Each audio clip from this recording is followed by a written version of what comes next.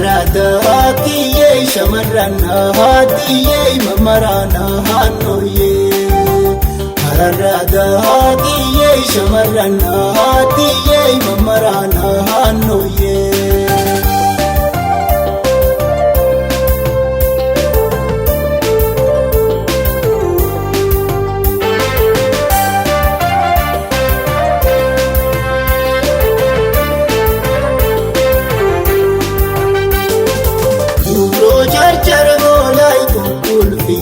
Kahinara Kesani nagalai firna goshana khayada Me wajin sirbina itu lobiyu bade sada shamarranati Ufada adada shushubani dale mamudi sonsa Wajin sirbina shani shagoda na gammachisa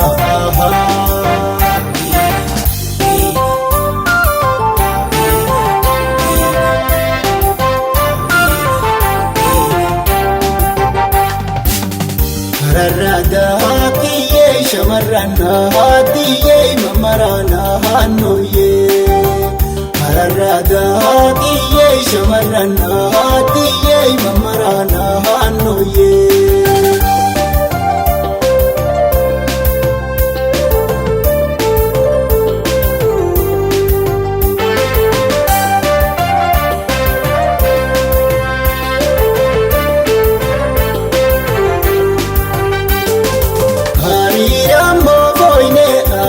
Bantu Oromoda Qidna waaqayyooti keessan bareedni hibada Mammara maasir faayitu dhogadam sooftee foodhaa shamarran Daakiyyee.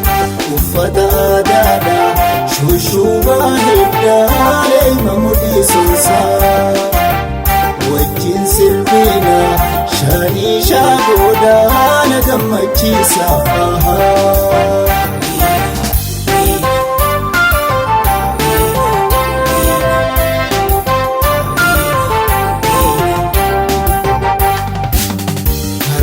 Daakiyyee shamarran Daakiyyee mammaraan naannooyee. Daakiyyee shamarran Daakiyyee mammaraan naannooyee.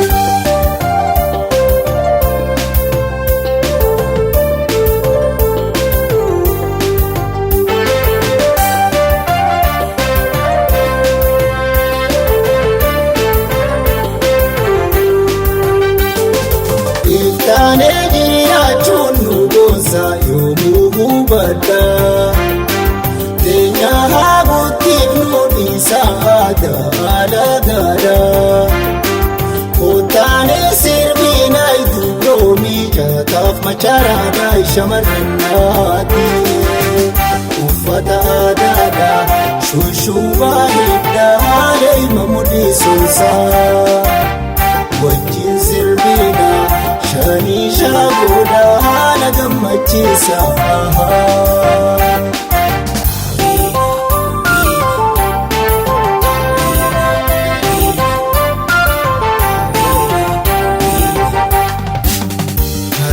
Daakiyyee shamarran Daakiyyee mammaraan naannooyee.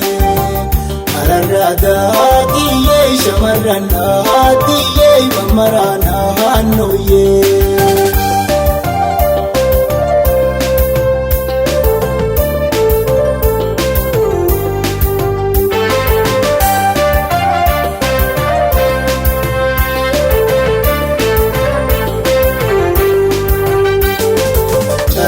Jechuun biyya ulfinaan galmeeffamtuudha. Ta'uu dargaggoo fi shamarran martii hubadha. Biyyoon dagatamne irroofa lafa seenaadha adas dagaabsana. Goota keenyas achi wareegamaa qaalii hafalee agarra. Ayoo jaallansanii galmaan gayuu qabna